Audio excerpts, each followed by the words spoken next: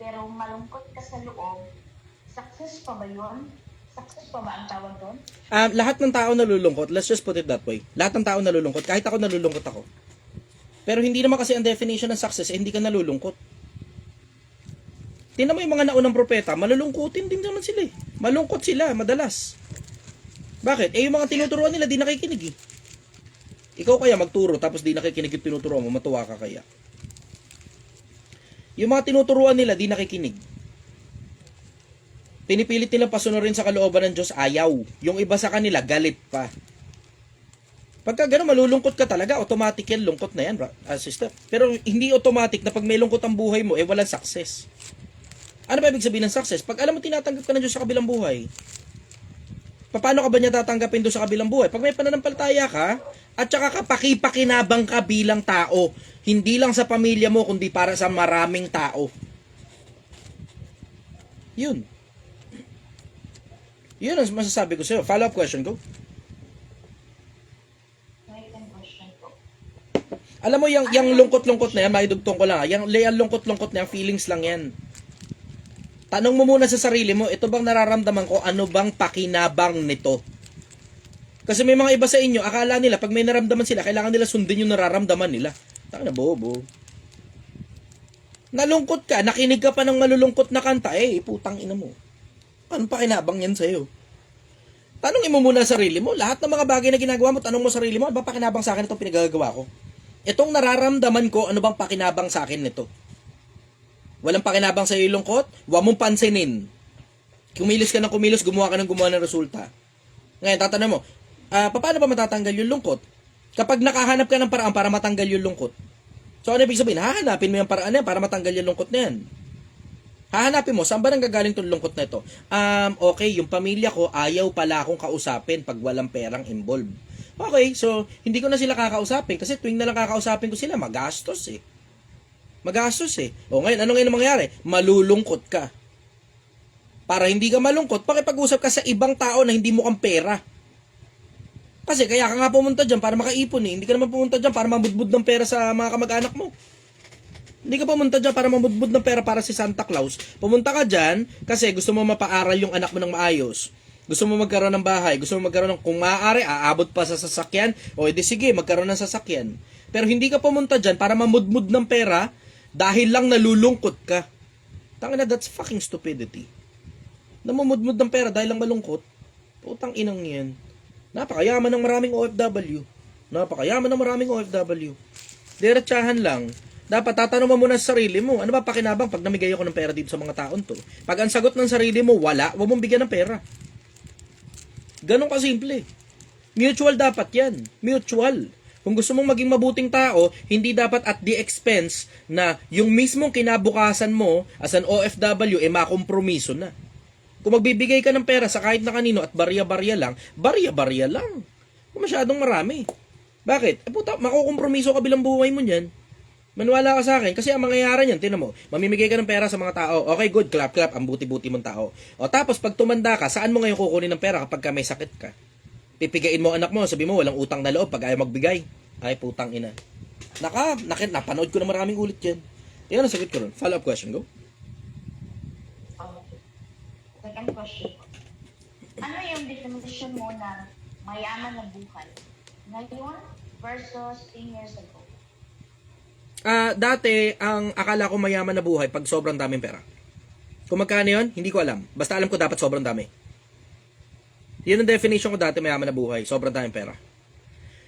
Ngayon, diretso, wala kinalaman sa pera, as in, diretso, yaman lang talaga. As in, purely yaman lang, kung ano man ang ibig sabihin para sa inyo ng yaman. Sa akin, diretso, ibig sabihin ng yaman, sobrang dami kong taong natutulungan na pagdating sa finances, wala na akong problema dahil alam ko makakarely ako sa kanila kung ano man.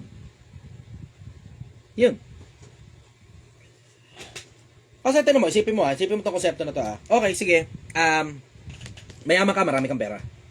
Good for you. Gaano karaming tao na tulungan mo?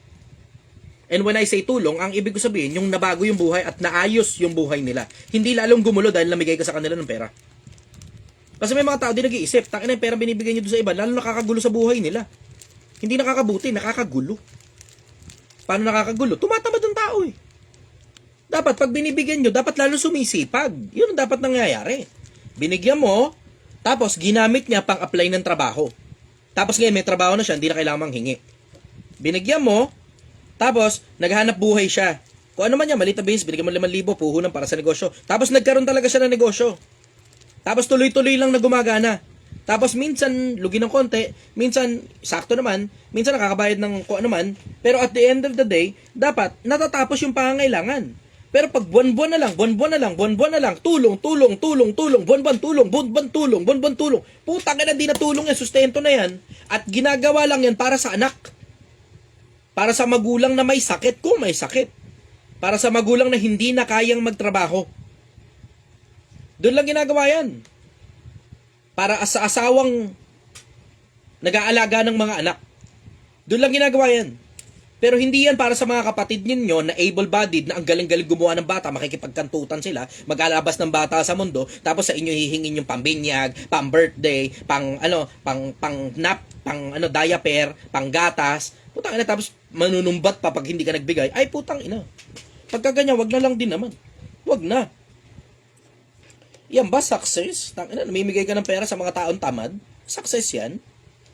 Dapat kapag ka binibigyan nyo ng pera, dapat lalo sumisipag tao, lalong ginaganahan. Pampagana yan eh. Diba? Dapat ganun. Pero pagka nawawala ng gana sa buhay, putang ina, pangit ng epekto ng pamimigay nyo ng pera. Lalo ng OFW, ang pangit na epekto ng pamimigay nyo ng pera. Diretsahan lang. Yun ang sagot ko tungkol sa success. Dapat may kinalaman yan sa buhay ng kapwa-tao mo kung gaano karami natutulungan mo. Dapat may kinalaman yan sa buhay ng kapwa-tao mo. Kasi kahit sabihin mo pa squatter ka lang at hindi naman masyadong marami pera mo, puta, pwede ka pa rin naman makatulong sa kapwa-tao mo ah.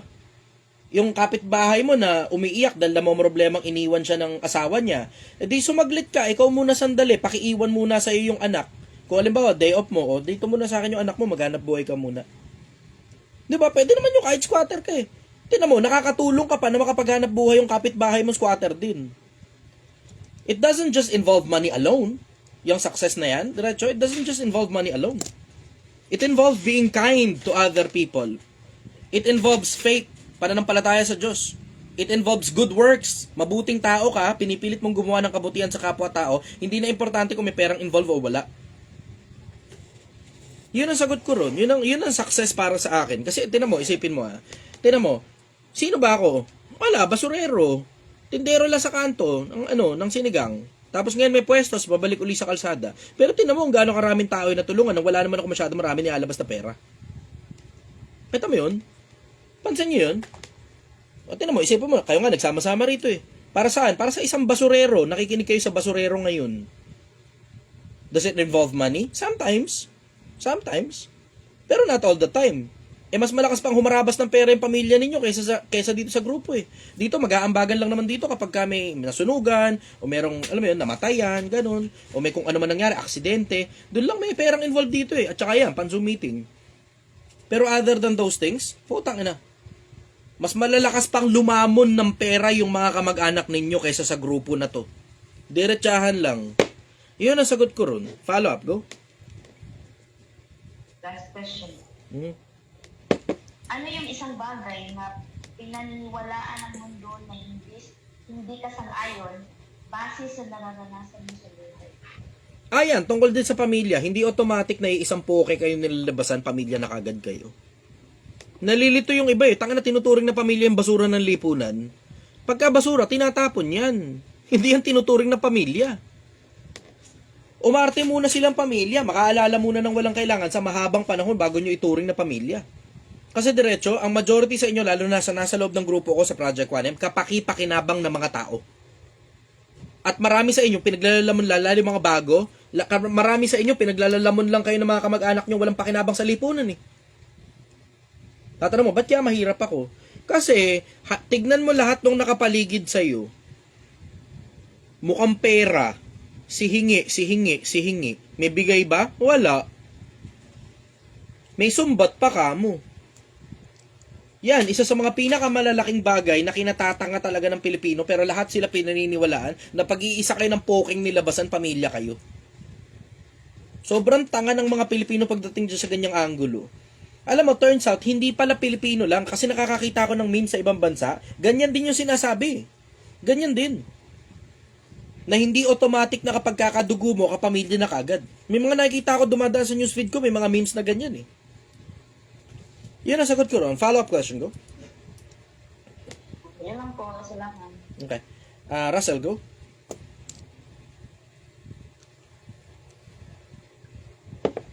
Good evening, boss. Hello. Paano po i-handle kapag may mga members na nagkakaroon ng elitistang dating or parang naging exclusive yung approach sa ibang members? Diretso, dito sa loob ng Project 1M, hindi dapat mangyari may mga pagka-elitista. Taas ang tingin sa sarili. Ang kinakausap lang mga importanteng tao. Sa mas madalas na pagkakataon, may interest yan, pagkaya ganyan. May interest yan, kaya ganyan. Mas marami kang kausap sa loob ng Project 1M, mas maigi para sa'yo. Bakit? Entertainment. Entertainment. Isa pa, nakikilala ka ng grupo. Pag may kailangan ka, madaling humingi ng tulong sa buong grupo. Pero pag elitista ka, ilang piraso lang kausap mo, ano ngayon ang pinagkaiba mo doon sa isang presidente noong nakaraan na dinilit yung GC? Diba? Alam mo, diretso, dito sa loob ng Project 1M, pinagsasama-sama natin dito yung mga mahihirap at mga mayayaman. Yung mga mayayaman na mataas ang tingin sa sarili, tanggalin nyo. Yung mga mayayaman na mataas ang tingin sa sarili, tanggalin ninyo sa grupo. May grupo para dyan, dun sila magyabangan. Pero dito sa Project 1, bawal ang yabangan dito. Bawal ang mataas ang tingin sa sarili dito. Ganon yung simpleng konsepto. Mayabang, abisuhan nyo kagad ako. Sinabihan nyo na. Balitaan ninyo ako kung sino. Tapos, tignan natin kung magagawan pa natin ang paraan kung matuturuan. Pag ayaw magpaturo, tanggalin nyo na ako. Nagsasabi, tanggalin nyo na. Kahit mayayaman pa yung mga yan. Kasi diretso, kay mayaman, kay mahirap, pera lang yan eh. Pero pag mataas ang tingin mo sa sarili mo, tangina mo. Puta, ako nga mismo eh. Isipin mo vlogger na ako Ako pa founder na tong grupo na to. Pero tignan mo, nakikita mo ako sa bahay ng ordinaryong member na walang-wala. Tignan mo, ako nga mismo founder nagpapakumbaba. Nagpapakababa. Ano ba palagay mo? Mas importante ka kesa sa akin sa loob ng grupo na to? Nako, tangina. Pagka nasa kalingkingan ka na nagawa ko, tsaka ka magyabang-yabang na ilit-ilit ka, diretso lang. Puta, iba nga ilit-ilit dyan. Natatawa ko yun. Nababalitaan ko, naiilit pa daw yung kotse, nailit yung motor. Tangina mo, ilit ka? Nailit yung motor mo? Tanginang yan. Importante ka? Talaga? Importante ka ba talaga? O baka tingin mo lang sa sarili mo yun, importante ka? Balitaan niyo ako tungkol dyan, PM nyo na lang ako tungkol sa mga importanteng, nagpapaka-importanteng mga taong hindi naman talaga importante. Tayo, may mga iba, nakagawa lang ng kapirasong kabutihan dito sa loob ng grupo. Puta, makaasta, akala mo, puta, nabili na yung buong grupo eh. Maniwala ka, hindi gagana pera mo rito. Kahit gaano ka pa kayaman, uulitin ko, hindi gagana pera mo rito. Hindi natin kailangan ng maraming mayayamang tao ditong matataas ang tingin sa sarili. Hindi natin kailangan yan. Tangina, basura din sa akin yung mga yan eh. Kung paanong yung mga palahingi ng pera, basura. Yung mga taong maraming pera, pero ang taas ng tingin sa sarili, basura din para sa akin yan. Diretso lang. Follow up, go. Boss, paano po i-handle kapag may group within the community na nagkakaroon ng separation or internal cliques po? Ano ibig mo sabihin?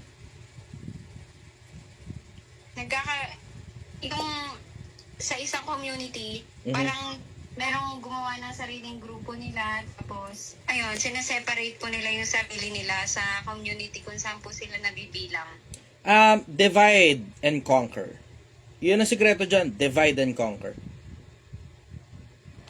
Isa-isahin ninyo, tapos eventually, yung gumagawa ng paghihiwa-hiwalay, kusang nalalaglag yan. Kusang nalalaglag yan. Common yan sa mga sa mga importante ang tingin nila sa sarili nila. Common yan sa mga ganun kasi meron silang konting pakinabang. Kung ano man yung pakinabang nila, meron silang konting pakinabang. Yung konting pakinabang nila, didikit sa kanila mga tao. Tapos paglipas ng panahon, gagawa sila sa loob ng grupo, ng sarili nilang grupo. Tapos ang laging ending naman yan, kakalas lang din sila. Yan ang mapapansin mo, sobrang common denominator niyan. Ang common denominator ng maraming mga taong gumagawa ng grupo sa loob ng grupo, madalas kumakalas. Sobrang common yan pag ina-isolate mo sarili mo, kinakalas mo sarili mo. Hindi ka regular na uma-attend, hindi ka regular na nakikipag-usap sa ibang mga member bukod dun sa iilang pirasong mga taong meron na kayong sariling grupo sa loob ng grupo, sa mas madalas na pagkakataon, ang ending niyan, mababaklas lang din yan. Yun, ang laging ending yan. Nakita ko na maraming ulit yan sa lahat ng mga grupong sinalihan ko. Follow-up question, go. Maraming salamat, boss. Okay na po. Sige. Annalyn, go.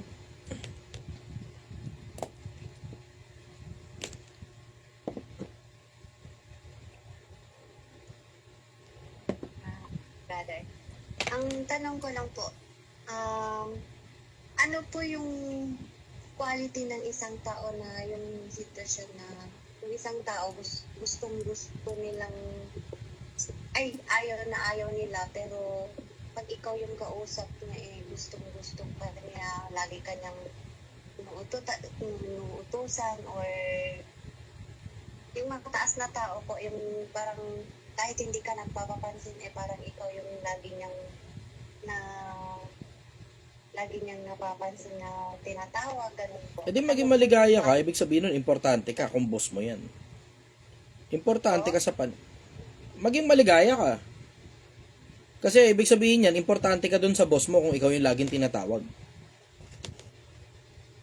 Kasi pag hindi ka na tinatawag at hindi ka na pinakikinabangan, papunta ka na sa pagkatanggal niyan. In case lang hindi nyo alam, oo, yan yung pattern. Ang pattern, kung sino yung regular na inuutusan, kung sino yung regular na kasama, ang ibig sabihin nun, ikaw yung pinakakapakipakinabang. Malamang, papunta ka sa promotion yan, kung may promotion man. Pero, kapag hindi ka na masyadong pinapansin, wala na masyadong task, may task na meron ka dati, binabawasan pa. Ang ibig sabihin niya, papunta ka na sa pagkatanggal. So, kung ako yung nasa ganyang posisyon, matutuwa ako. Tapos sisiguraduhin ko lalo ako napapakinabangan. Kasi pag lalo ka napapakinabangan, mas malayo mararating mo sa buhay. Yun ang sagot ko ron. Follow-up question, go. Opo. Tapos, paano mo po i-handle yung sarili mo kung may mga taong lagi na lang tinitingnan yung mali mo tapos lagi niyang nire-report sa mas matataas na tao, ganun. Paano po i-handle yung sarili sa ganung mga May mali sa sistema. Kasi victim mindset yan eh. May mali sa sistema. Dapat ikaw yung gumagawa nun. Hindi dapat ikaw yung ginagawan. Dapat ikaw yung gumagawa nun. Ikaw dapat yung nagsusumbong sa boss mo tungkol sa katarantaduhan ng mga kasama mo. May mali sa sistema pag hindi ikaw yun. Nasubukan ko po yung ganon. Pero parang Huwag mo hanapan ng butas yung solusyon, sister. Huwag mo hanapan ng butas yung solusyon. Wala ka mapapala dyan. kasi nasa mababa lang po ko, utility lang po, ganon. Huwag mo hanapan ng butas yung solusyon. Wala ka mapapala dyan. Pag binigay na sa yung solusyon, execute mo na kagad. Hindi dama-dama pa. Dapat magtropa kayo ng boss mo. Yun lang po. Dapat magtropa kayo ng boss mo. Tangan Tapos dapat ikaw nagsusumbong sa mga kasama mo. Siyempre, lalagay mo muna sarili mo sa isang posisyon na credible ka na. At pagka kapani-paniwala ka na, tsaka mo nga ini-execute yung sumbungan. Yan ang sagot doon. Follow up ko. Yung follow-up question ko po sa November. Wait lang po. Sorry po. Sana,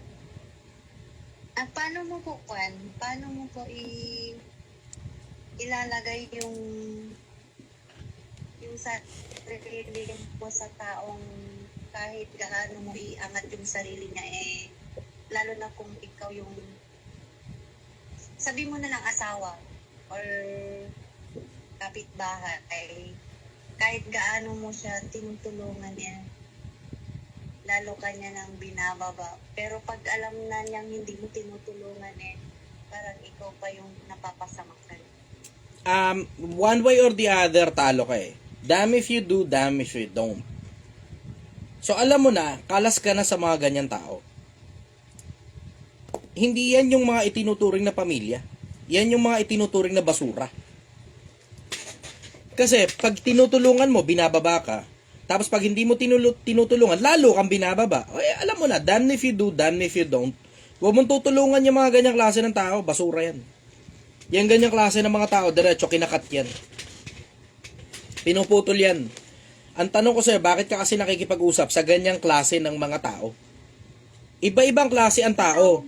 Yan yung pinakamababang klaseng basura eh. Yung tinutulungan na galit pa, tinutulungan na hinahatak pa pababa yung tumutulong sa kanya.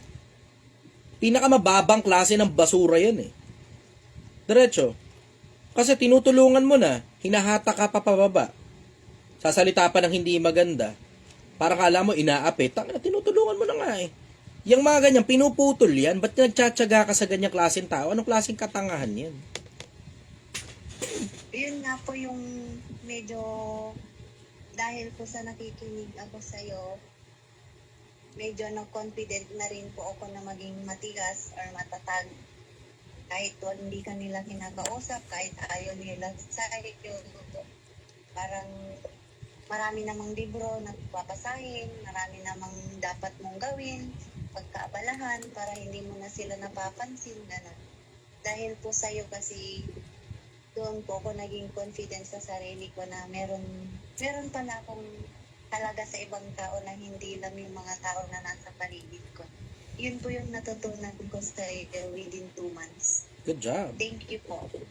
Ayos, nagsisitibay na, nagsisitalino na. Susunod niya, magsisiyaman na kayo. Tapos yung 2 months po na wala akong trabaho kasi walang pondo yung project na pinagtatabahuan ko. Ngayon po, inahay nila po ako ulit pero nasa baba lang po, utility pa rin po pero nasa consistent na po na sahod. Hindi na po yung pawala-wala na sahod. Galing. Yun po. Thank you po Good job. sa'yo. Ipon ang gusto ha. Within 2 months po, ganun po yung naging chaos ng sarili ko. Tsaka may mga na-stress ako dun sa mga online lending. Mhm. Doon po ako kumapit sa isang buwan. Kumapit po ako sa online lending. Pero ngayon, nauunti-unti ko na rin po na nababayaran. Kaya Okay, mahilig sa pag-utang ng pag-utang. Dapat sa panahon na okay pa ang buhay ninyo, matuto kayo mag-ipong, galingan nyo ng gusto. Sige, Sherwin, Quezon City, go. Opo. Thank you.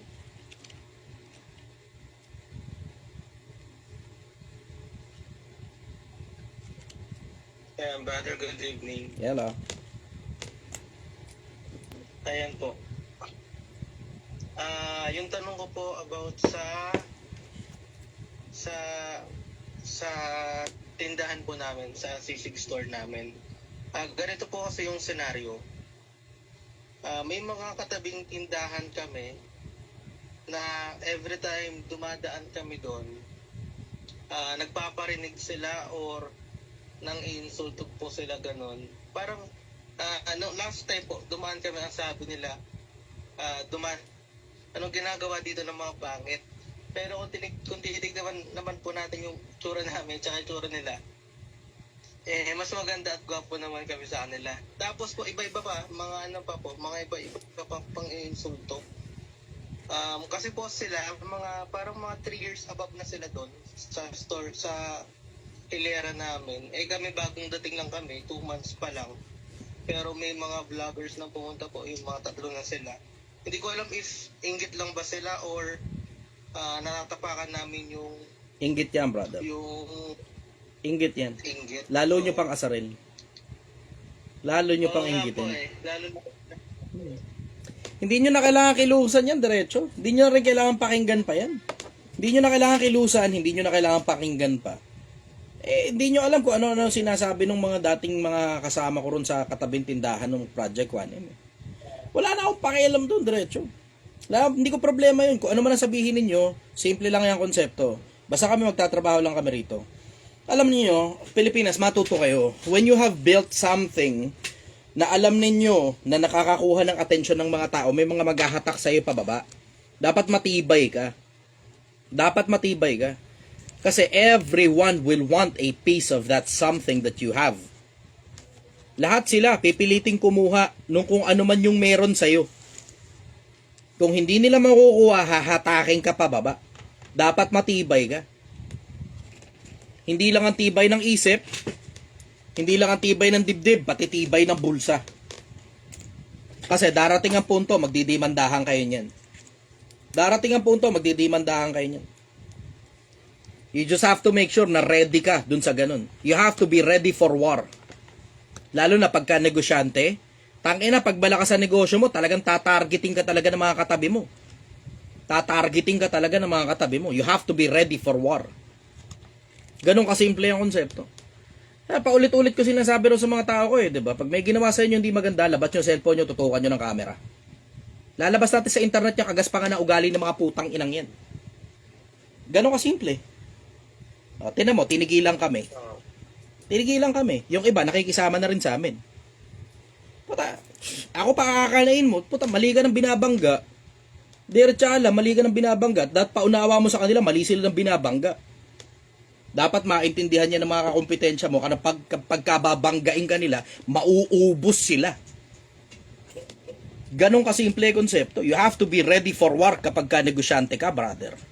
Kasi people will want a piece of what you have. Lalo na, tabi-tabi kayo, pare-parehas kayo pagkain. Talagang kukupaling ka talaga ng mga katabi mo. Makisama ka sa paraang makikisama. Pero pag ayaw makisama sa'yo, talagang gusto talagang basagin ka talaga, taki na siguraduhin mo, kaya mo makipagbasagan talaga sa kanila. Diyan nga lang sa Domsa di ba? Puta, isipin mo vlogger na ako. Pero taki na, may sumusubok pa.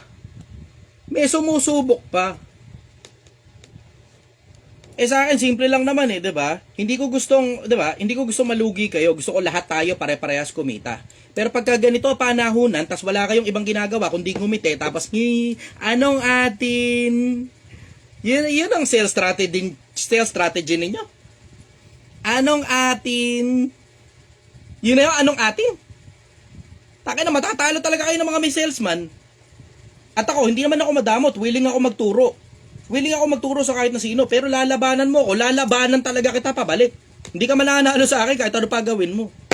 Lalabanan mo ko, lalabanan kita pabalik. Hindi ka mananalo sa akin. Yun ang sisiguraduhin ko. Bakit? Trabaho ko yun, brother. Lalaki ako Trabaho ko yun. Siguraduhin na lahat ng papalag sa akin, durug. Ganon kasimple. Trabaho ko yun bilang lalaki. Ngayon, alam mo na, gumagawa ka ngayon ng kinabukasan para sa sarili mong pamilya, talagang tatarantaduhin at uululing ka talaga ng mga tao, lalo mga kompetensya mo. Maging mabuting kakompetensya ka sa mga mabubuting kakompetensya mo rin. Kasi di naman kailangan magkompetensya, pwede naman magtulungan Hindi na uso panahon ng competition ngayon, brother. Ang panahon ngayon, collaboration na. Diretso, ang panahon ngayon, panahon ng collaboration na. Ayaw makipag-collaborate, walang problema. Nangiinsulto, wala, patay mali siya, pasok sa isang tenga, labas sa kabila. Pero gusto kang i-damage, putang ina, ibang usapan yan. Ibang usapan yan, brother. Yun ang masasabi ko ron. Follow-up question, go. Ayun, brother, yung ano lang nila, yung follow ko lang po doon, minsan po, di ba, yung mga sinasabi nila, mga under the belt na mga hindi na related sa... Brother, hindi mo na trabaho na pakinggan pa yung kakompetensya mo. Ano gusto mo? Edi sige, sapakin mo. Tignan mo ngayon kung saan ka pupunta pagkatapos. Hindi mo na trabahong pakinggan pa yan. Basta walang ginagawa sa'yo, wala kang problema. Pag may ginawa na hindi maganda, tutuo ka mo ng camera. Sabay ang demanda. Tapos. Ganun lang, nagwala sila ron. Tutuo ka mo ng camera, sabay demanda. Unjust vexation.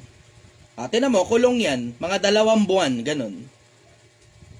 Nagwala sila ron lalo na pag may nasaktan pa, o didagdag pa yon, unjust vexation, tapos physical injury pa. Dapat alam mo karapatan mo, brother. Ganun ang bagsakan niya. Ang bagsakan talaga niya, kapag ka-negosyante ka talaga, puta, legalan talaga yan, dimandahan talaga yan. Dapat malalim ang bulsa mo sa dimandahan. Yun ang masasabi ko sa'yo. Sabi ni Ace D, naka-live na naman si Bobo na magaling. Kit-kit ni Ace, no? Samantalang siya, ikaw yung alam mong bobo ka talaga Yeah. Tapos alam mo rin hindi ka magaling. At least ako bobo, pero magaling. At least sigurado ka, ako bobo, pero magaling. Pero ikaw, bobo ka na nga, hindi ka pa magaling. Ace D. Nakakatawa itong mga to, no? Mga utak daga. Utak daga. Basura, dagang kanal ng lipunan. Pag nakakita ka ng dagang kanal, yung inaamag pa yung likod, tapos may, anong tawag dito? may galis-galis pa. Yung mga katulad dito na HD. Fake account ang gamit, hindi mailabas yung sariling muka. Nakakatawa kayo. HD, nakakatawa ka. Anyways, follow up, go. Ayun lang, brother. Ayun. Okay na ako doon na dadaan na lang sa legal. Since wala naman sila sa live doon natin. Tapos, ayun din po pala ginagawa namin. Parang mas inaasar namin sila sa resulta. Like sa amin kasi maraming pila. Tapos may mga kinoconnect pa akong vlogger, brother, na sinushoot ko amin. Tapos yung kanila, nakatitig na lang, ganun. Magtagal ka rito sa Grabe, Project 1M, guys. papapuntahin ko buong Project 1M sa tindahan nyo. Yan pa naman ang mga gustong gusto ko talaga, no? Yan pa yung mga gustong gusto ko. Tangina, pagkaguluhan natin dun, tas pila ng mahaba. Tas gagawin natin isa-isa, tas may konti, ang daming tao na. Pwede naman tayong tumambay sa tindahan ninyo eh, diba? Pwede tayo tumambay sa tindahan ninyo. Basta siguraduhin nyo lang na kapakipakinabang kayo sa loob ng Project 1M. Gawa ka muna ng pakinabang dito, tapos yung presidente mo mismo, pag inendorso sa akin yan, sige, pwede. Labas pa natin sa social media. Yun ang putang ina, mas malakas. Labas natin sa social media. Pag umabot ng milyon yung views, putang ina mo, ikaw lang mag-isa dadayuhin, tapos lahat sila nakatingin na lang sa'yo. Nako. Sasabihin ko, tara, dayuhin natin tong pogi dito. Kasi may pogi daw dito. Pang-asar. Anyways, follow up, go. Okay, yun, brother. Thank you so much. Pupunta na ako ng store kung babantay. Sige, go. Jello, go. Hello, sir. Hello, brother. Sir, nag-chat GPT ako. Mhm. Tapos, sinerge ko yung pangalan mo. Mhm. So, nandun, nagulat ako. Lahat naman ng tao nandyan na ngayon, brother. Wala namang bago. Lahat ng tao nandyan na. Okay. Okay ba? Bali po, ang tanong ko lang, kasi pang bardagulan yung katawan niyo. Tapos, gusto naman namin yung diet niyo, sir. Kasi, doon ako nag-i-struggle. Kasi, pinapa-workout kami ni President. Medyo nahihirapan ako. Sabi ko, ano kayong pwede kong kainin? Para Brother, pang gulay. bardagulan. Regular, gulay. Tapos pagkakain ka ng karne, huwag masyadong mataba. Manok, ganun, breast part. Pero yung sa akin, diretso, wala ako masyadong out of the usual na diet eh. Talagang ang normal lang talaga sa amin dito sa loob ng Project 1M, gulay. Yun ang normal. Bakit? Mga mahirap kami, tindero lang kami ng sinigang sa tabi ng kalsada eh. O ano ngayon nakakainin? Kakain kaming karne? Mahal yan. Gulay, ang regular na pagkain namin dito. Gulay. Tapos pagka, bawa, magkakarne kami, isda. Tapos minsan, leeg ng manok, ganun. Depende. Pero mas madalas talaga gulay kami rito sa loob ng isang linggo.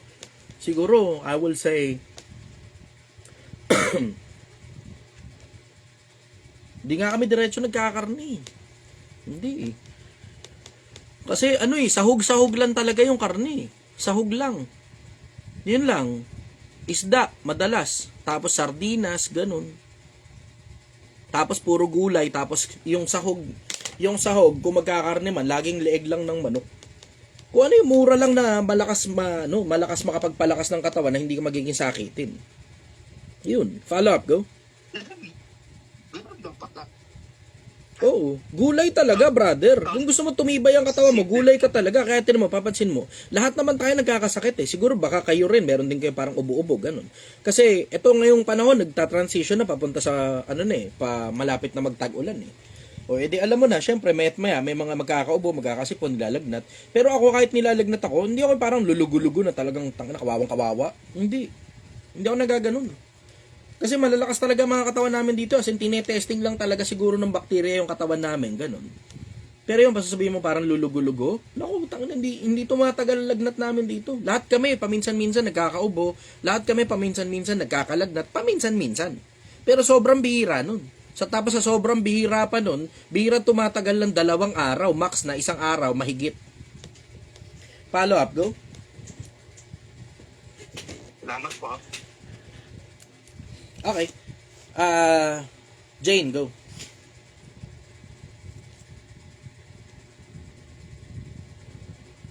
Ay, Peggy muna.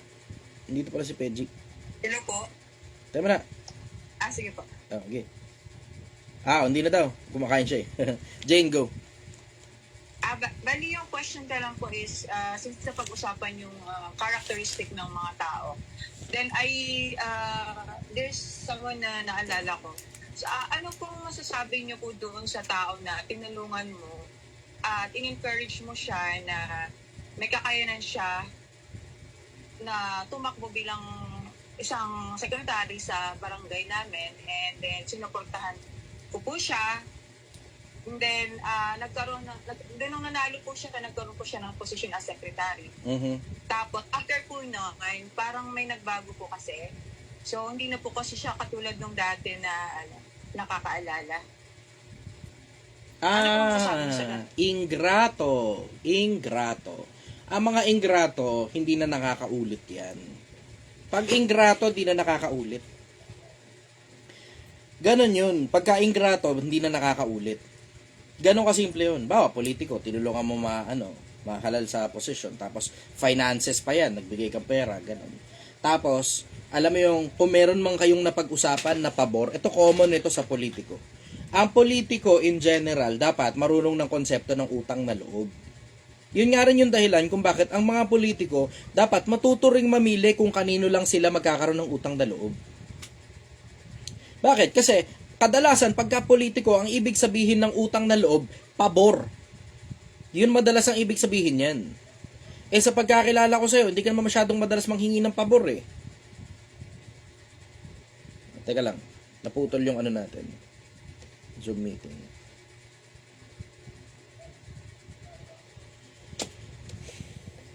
Photo lang Zoom meeting. Hello, ayan. Ayan. Okay, so to be continued, medyo naputol lang tayo ng bagya. Sa pagkakilala ko sa'yo, personal, hindi ka naman madalas humingi ng pabor eh. So sa mas madalas na pagkakataon kaysa hindi, makakaalala lang yung gusto mo. And it's not too much as an exchange doon sa naitulong mo sa kanya. Hello, nakamute pala. Nakamute. Okay, so as I was saying, naputol lang ng bagya. Sa pagkakakilala ko sa'yo personal, hindi ka naman madalas manghingi ng pabor. Ang madalas, gusto mo lang na may nakakaalala sa'yo. Yes po. Ngayon, it is not too much to ask na makaalala, lalo na kapag tinulungan mo yung politiko na mahalal sa posisyon, lalo na pagdating sa finances, tumulong ka. Pagka ganyan, ang kasunod na niyan, pagka ingrato, ang kasunod niyan, hindi na siya makakaulit. Kasi I remember lagi ko po siya in-encourage na pwede ka tumakbo, suportahan ka namin, ganito, ganyan. And then lahat ng kakilala ko, tapos nung nanalo po siya, wala na po siyang kilala. Siguro yung gusto niya na lang pumakto yung mga nasa itaas niya. Oo, matik. Matik. Pagka ganon, alam mo na, yung mga hindi na nakakaalala, napunta lang sa posisyon, hindi na nakakaalala, alam mo na, ingrato ang tawag dyan. Ang tawag dyan, ingrato. Ungrateful. Yes po. Kasi ang kapalit ng pagtulong, pagpapasalamat eh. Natulungan ka, papasalamat pagkatapos nun. Natulungan, tapos hindi nagpasalamat, tas hindi na rin makaalala, alam mo na, hindi na makakaulit yan pagka ganyan. Hindi na makakaulit pagka ganon. Kuha mo yan? Yes po. Okay. Ayan, sabi ng isa, kulaong style. Christian, Bulacan, go. O baka may follow-up ka pa, Jeng? Okay na po. Thank you Sige, so much. go. Christian, Bulacan, go. Yo, brother. Hello. Remember me? No? Ang balita, brother. Sige, doon tayo sa tanong mo, go. Tanong ko, brother, kasi dito sa, ang talagang na-inspire kasi ako sa'yo, dun sa sinigang mo. Tinuloy ko yung Paris business ko rito sa Bulacan. So ngayon, nag-i-struggle ako sa system. Hindi ko chine-chase yung pera eh. Nasolusyonan ko na kung ano yung gusto ng mga tao na walang masarap na pares dito sa Angat, Bulacan. So, is ko itong alang pa pares. And then, nag-struggle ako ngayon sa system. Kasi gusto ko na siyang pataukan. Pero, ang hindi ko pa kaya. So, ano yung mangingi ako sa'yo ng advice na ano yung pwede kong gawin para sa sistema ng pares. Ako personal, dito sa Project 1, ang ginagawa ko, isang pirasong tao lang yung nagluluto. May backup. Pero, ang trabaho talaga ng isang pirasong tao, tagaluto. Supposed to be, tagapamalengke, kaso hindi kaya. Si Francis ba? Si Francis. Hindi kaya ni Francis magmaneho eh. Nahirapan siya, mabigat yung katawan, mabigat. Pero magaling siya magluto. Masarap magluto si Francis eh. Ngayon, nakastay in sa akin dito si Francis. Ang bagsakan ko, nakastay in sa akin yung tagaluto. So wala na ako ngayon problema kung papasok ako o hindi. Basta ang bottom line, nakastay in ka sa akin. Regular talaga na nandito. So alam mo na, kapag ka ang tagaluto mo stay in, maaasahan mo talaga yan eh. Kasi ang pinaka-importante talaga sa paresan, yung tagaluto. Kasi kahit pa sabihin mo malulupit yung mga salesman mo, pagka nakatikim sila ng pares tas hindi masarap, hindi na babalik yun eh. Yeah. Ang importante talaga tagaluto. Ngayon, ang sistema ko, nakastay in sa akin yung tagaluto. So, ang trabaho lang talaga niya, magluto. Ganun lang. Ganun ang sistema ko. Ang trabaho niya, tagaluto, magluto lang na magluto. Tapos, all other salesman, naka-stay in din sa akin, pero sa'yo, optional na yun. Nawawala yung signal. Nawawala ang signal.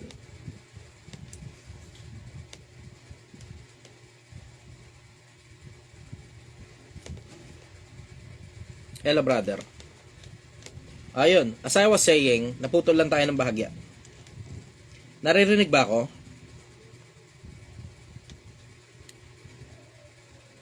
Naririnig ako, brother.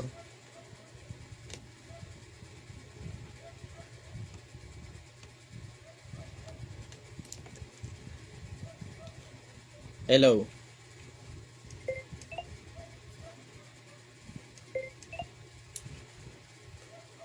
Hello, brother. Naririnig ako?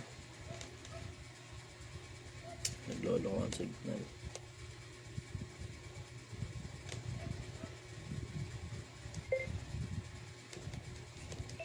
Hello, brother. Yan. Nawala. Sorry. Okay. So, as I was saying, yung tagaluto, brother ko, sobrang importante nun. Kasi, dapat... Nakamute si brother, nakamute. Hello, naririnig ako? Hinihintay ko mag-appear si Sir Chai. Naririnig ako? Yes. Okay. Yung tagaluto, brother, yun ang pinaka-importante. Dapat, meron kang tagaluto na primary. Tapos, kung maaari, meron kang isang backup na tagaluto. Secondary mo yun. Tapos, yung secondary na tagaluto mo, paminsan-minsan lang yun, pero salesman din yun at the same time. Backup lang siya in case na magda-day off yung tagaluto mo. Backup lang siya. Ako nga, even better, ikaw na mismo dapat ang backup na tagaluto eh.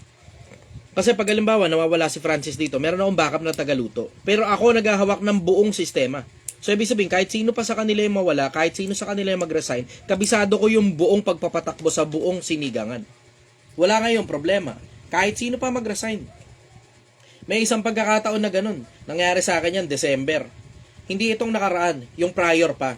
Yung December na kasi simula pa lang ng Project 1M, syempre, puro mga unstable pa mga empleyado, hindi mo naman alam kung sino magtatagal, sinong hindi. Ang nangyari, nakastay in sa akin lahat ng mga empleyado. Ngayon, pina-day off ko na ng December 22 yata yun, 23, mga ganun. Basta malapit na mag-December 25, pinag-day off ko na silang lahat, tapos sabi ko, ang balik na ng December 26. Pagdating ng December 26, walang bumalik.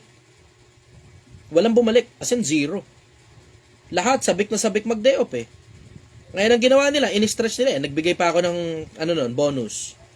Ang ginawa nila, in-stretch nila ngayon yung day off nila, 26, 27, 28, 29, 30, 31, tapos bumalik yung iba, January 2. Hindi ko na tinanggap. Kasi kailangan ko mag-operate ng 26 eh. Anong nangyari? 26, sarado tuloy ako dahil walang bumalik. Pagdating ng 27, lahat sila puro bagong tao na. Lahat, puro bago empleyado na. Tapos ako mismo yung nagluluto, tapos lahat sila tinetrain ko sabay-sabay. Tapos lahat yun, ako na rin ang nagbibigay ng instruction isa-isa. Nung mismong 27, nakapag-operate kami kagad. Kahit lahat ng tao, 100% bago. Yun ang nangyari nun. So kailangan, ikaw talaga yung nakakaalam ng kabuuan ng sistemang gagawin mo. Ngayon, saan ka eksakto nagkakaproblema, brother? Ang pinaka-problem ko is sa costing at saka sa sales. Minsan, sumusobra yung sales ko sa costing, which is good. Mm-hmm. Pero minsan, yung sales ko, mas na-overcost. Mas mataas yung nagiging gastos ko kaysa dun sa sales. Tapos kasi ang panuntunan ko kasi sa parisan, once left over, tapon. Tama naman yun. Wala namang ibabalik eh. Iban sa karne. Lahat yun. So, kasama na siya sa wigs.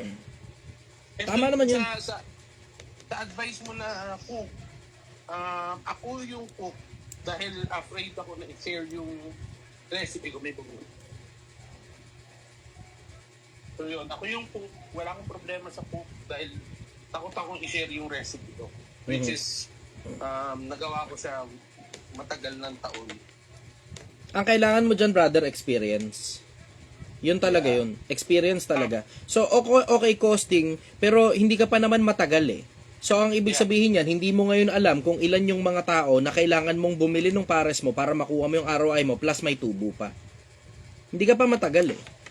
So, nagva-vary kasi yan, brother. Hindi yan something na constant eh. Hindi eh. Hindi yan something na constant.